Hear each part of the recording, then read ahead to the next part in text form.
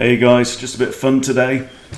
I've got 3 games that I've stored in my library that feature the Smothered Mate, which has to be one of the most fun ways to win a game and possibly one of the most painful ways to lose one. But 3 games, I'm going to take you through it.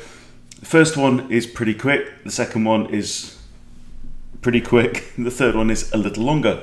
Okay. This was one I think I actually played yesterday, and this is in Blitz, so this is just in training. And so we have the Vienna, okay, f4, the Vienna Gambit. Accepted, push e5. Now, there's only 2 options really, knight has to retreat or queen e7. We have queen e7, which I respond in kind with queen e2, breaking the pin on the pawn, and now the knight has to go back there, okay. We are actually at this point halfway through the game. So d4 now, really staking claim to the centre. We do have to be concerned about this move, but then I think king d1 there is okay, and I will want to play knight f3 at some point. Out comes knight f3, also defends this pawn and protects against this, and now g5.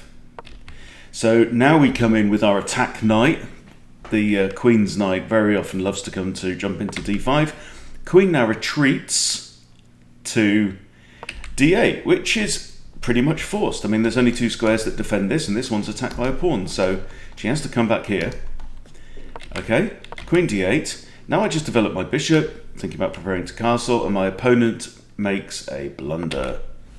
Knight e7, or knight g to e7. And I rub my hands with glee and get terribly excited because it's not often you get to do this, but knight to f6 is a beautiful smothered mate. Now, smothered mates, I think, are always delivered by knights. The point is that the king has no squares to go to and is in check, right? So he can't move. And so if the king is surrounded by his own pieces, a knight is the only piece that can give check. That has to be the case, right? Okay, let's move on to game number 2. Okay, here I'm on the receiving end, I think. And this one's a little longer, 15 moves. e4, e5. So this is a rapid game. This is a 10-minute game that I played. And I'm also more than 200 points higher rated than my opponent. Knight to f3. And I'm playing the Jalalabad. Okay, it starts to make sense. The awful Jalalabad. So this was probably relatively recently when I had a little fling with the Jalalabad. Okay, knight comes out, bishop here.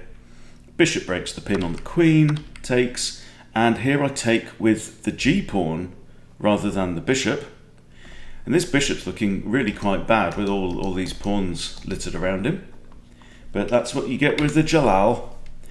In comes the knight, out comes my knight, c3, bishop pins knight, bishop breaks pin, h5, castles, rook across lines up with the king, that kind of makes sense, knight starts to come around, bishop retreats, h3 and retreat the bishop, and how's this going to end? Bishop takes pawn. Yep, just a clumsy, completely hanging pawn attacked by bishop and queen. So I now sacrifice a bishop on h3. He retreats his bishop. And this is actually, boom, there we go. This is actually a semi-smothered mate. Okay, the king has 1 escape square, but it is also guarded by the knight. Okay. And that's a real case of just not paying attention to your king's safety. Blocking the queen's protection of this pawn. Well spotted by my opponent, and he earned that, absolutely. All right, let's move on to the 3rd game. So this one actually goes on a little bit longer.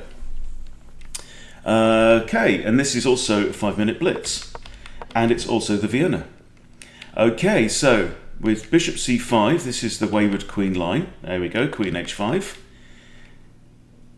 Quiet little pawn push. So bishop c4, we're now targeting the f7 square, obviously.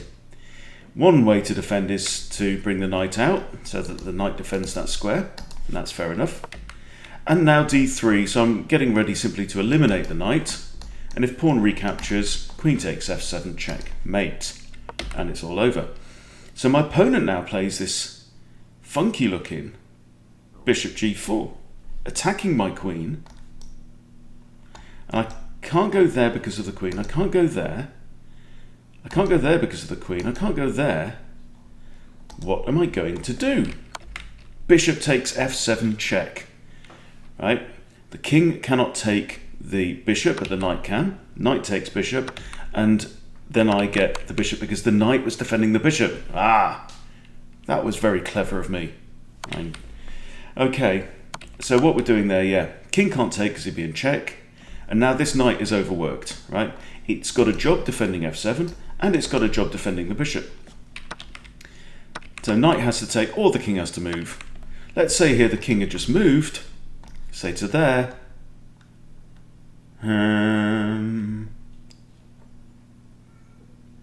My queen would still have been in trouble. So I actually think that something like king f8 would have been better, because I can't see that my queen still has any escape squares. Even there, no. No, I think that was a blunder on my opponent's part. Okay, but now I'm actually up a pawn. Now he castles. Now, whoa. Really? I mean, this works if you've got a pawn there on f7, right? What's the idea? Because surely knight can just take the bishop.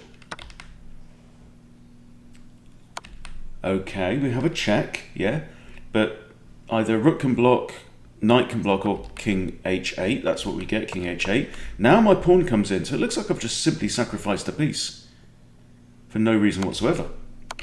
Oh, now my opponent decides to start throwing pieces at me. Okay, that is actually protected by his rook.